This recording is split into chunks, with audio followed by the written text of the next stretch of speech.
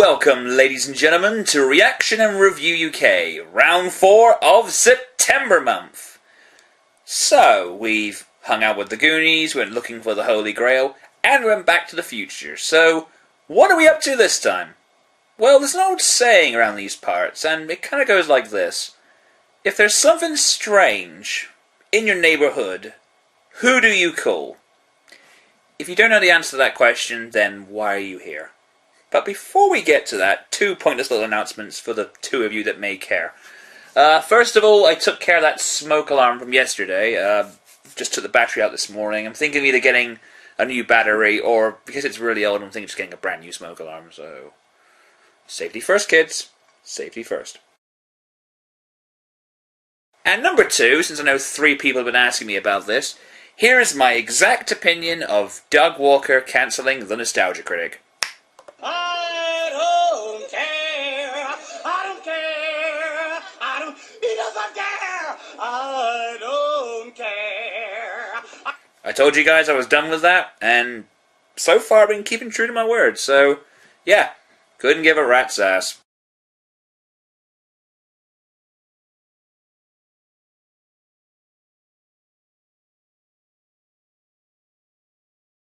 Now then, now that we've taken care of that, let's get on with today's movie. Today's movie up for review is Ghostbusters. Pretty self-explanatory title, you know. They bust ghosts. Titles always confused me as a kid. Especially that line, busting makes me feel good. Anyway! So, as the question we've asked with the last 3, is this a classic that still holds up? Well, let's give it the nostalgia test and find out, shall we? That in mind, ladies and gentlemen, as always, grab something to drink.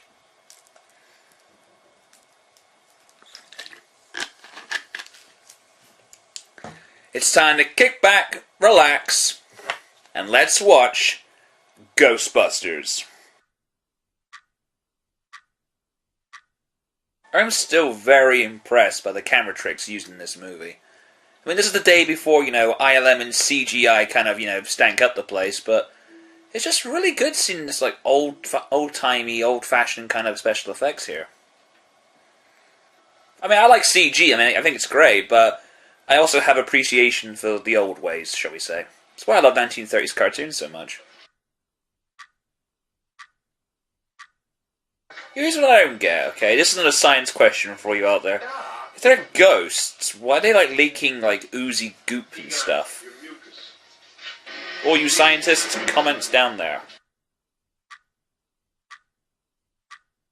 A franchise rights alone will make us rich beyond our wildest dreams. This is kind of rich coming from a guy who doesn't want to do Ghostbusters 3.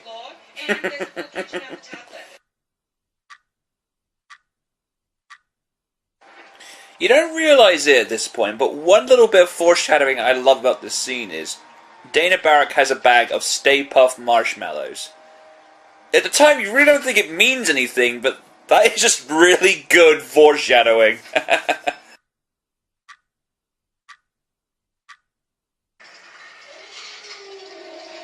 Pointless bit of trivia here. That noise you just heard is also a sound used in the House of the Dead video game by Sega.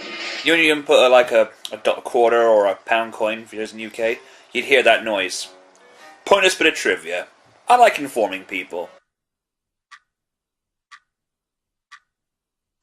If there's a steady paycheck in it, I'll believe anything you say. That explains Dragon Ball Evolution now.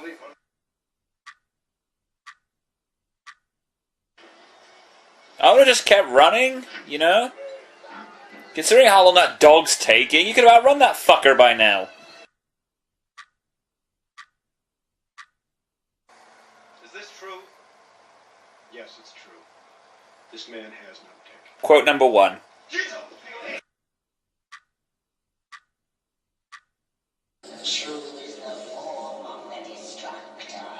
Jesus Christ, Jesus Christ, Jesus Christ, Jesus Christ, Jesus Christ.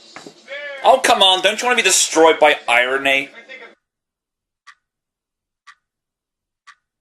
For your faggotry, I cover you in cum. Well, it looks like it.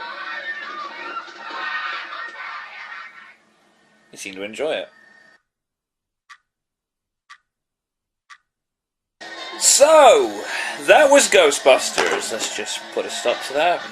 Unfortunately, because these music, the copyright music at the end of these videos. Alrighty then. Okay then. First of all, let's ask the big question before we get down to the review. Okay. Has this movie passed the nostalgia test, and is it still good? Well, yeah, I think it is. I think it still holds up, and it's still really funny.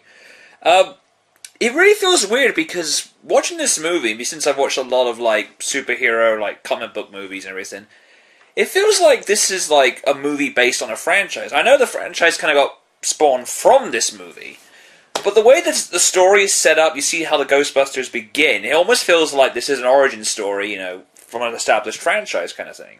It feels weird in that regard, you know? All the characters are really funny. I mean, Peter Venkman is like the classic asshole, you know, the guy you're supposed to root for him, but you feel like, you know what, you're kind of an asshole, you know? Ray, you kind of feel sorry for because he's kind of like Peter pressured and bullied into doing stuff. Spengler, or Egon, should we say. Egon is kind of like, you know, the stoic, you know, really deep into his shit, nerdy kind of guy. And Winston, he's just there for the paycheck, as he's told us countless, you know, if there's a steady paycheck in it, I'll believe anything you want.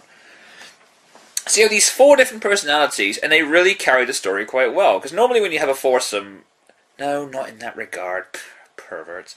When you have a foursome like this, it really depends on, you know, is the chemistry there, and does the characters work? And the chemistry with these 4 characters... Granted, you meet Winston sort of at the halfway mark, and you don't spend a lot of time with that character...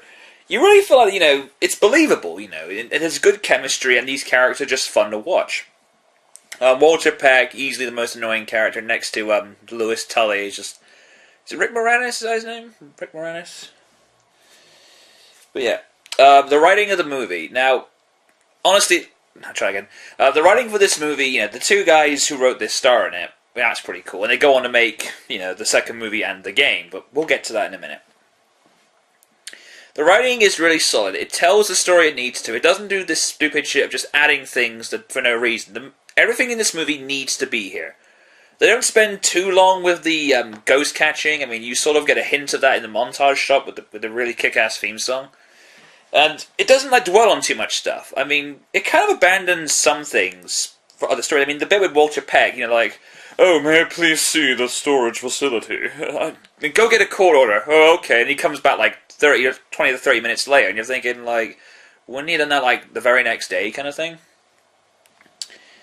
I'm trying to think what else. The special effects. Now, keep in mind, this is the day before, you know, groundbreaking CGI and all this other shit. So it uses some really old-timey, you know, special effects. And even today, I mean, normally when you watch a movie sometimes, you see the special effects, you sort of go, that is so fucking terrible. The effects of this movie really still work. I mean... It's not the most groundbreaking, it's not like Transformers CGI kind of thing, or anything like that, or Avatar, for example, but it does the job it needs to. I mean, it makes the ghosts look real enough. I mean, the interaction with Slimer, for example, the effects do what they need to. The music is eerie, it sets the mood, and it has this really sort of gothic-y, supernatural feel to the music, and yeah, I still think it works. One plot hole that the movie never really sort of tied up, and it was something that the game tied up, but we're going to get to that. The one thing that the one plot that didn't tie up was the librarian. You know, the whole library. I think she has an official name, but it's escaping me right now. They never really tied that up, and I think, you know, maybe movie 2 would have done that. But movie 2 does a few things. I mean, I like the second movie, but it does a few things that don't sit right with me. Okay. Now, can I recommend this movie? Fuck yeah! It's just one of those movies you need to see, and the reason why I chose these movies. 7 of them, or maybe 6 of these movies, you could probably agree that they're movies you need to see before you die. Maybe there's two movies in this list I've chose so far that you may not agree with, but what are you going to do? Now, there's the big issue of, is Ghostbusters 3 ever going to happen? And, you know, Peter Venkman, I don't remember his name, Bill Murray says he has no interest in doing it. The other actors want to do Ghostbusters 3, and he's like, no, I don't want to do it. And I guess that's why we got the makeshift of Ghostbusters the game. And the problem with this game is, this game is good, but the problem with it is, you feel like it's just kind of like going off the cliff notes of this. It pretty much, let me just find a way of doing it. It's kind of like that. That's pretty much Ghostbusters the game. It's just the first movie, but as a game. Just hide the Blu-ray logo there. There we go. That'd make a good box art, actually. That's the problem with it. It's just... It felt like, oh, let's just take all these bits and pieces from the movie rather than just do something new, which kind of sucks. But that's enough about the game. Let's talk about the actual movie. Okay, right. Like I said, it doesn't add things for the sake of it. It really just tells the story it wants to tell, and it's just a really enjoyable story. All the set pieces, the characters, the music, writing, lighting, everything, it's perfect. You know, it's one of those movies I can really have nothing bad to say about it. Nitpicks maybe, but that's it. That's the whole point, like I said, why I chose these movies, because they're personal favourites. If, you know, you've got an opinion, then leave a comment and let me know. Okay, I'm kind of padding this out now. So yeah, let's just wrap this up. If you can... So let's just wrap this up. You can find this movie now really cheap as chips, maybe on a DVD. This is the Blu-ray copy. Again, not mine, so don't bother asking. You can probably find this on, like, Amazon or any DVD, that's a new one. Damn it, random, stop watching. Alright. You can find this on DVD, really cheap as chips, maybe on Amazon or your local DVD retailer, or maybe Netflix. You know, it's not on YouTube, I look, so Netflix may be a good option, but watch the first one before you go and see the second one, or play the video game, because you're going to be lost. But yeah, this is a really enjoyable comedy. It has passed the nostalgia test, it's stood the test of time, and yeah, you really need to just, don't take my word for it, go and see this for yourself if you haven't seen it already. And if you haven't seen it before, then, wow, where have you been? Okay. With that in mind, ladies and gentlemen, we come to the end of another Reaction and Review UK.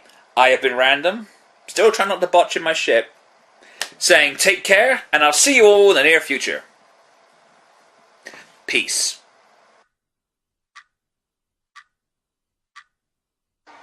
Yes, it is. Can I help you? I don't have an appointment. I'd like to talk to Toaster of Aikman.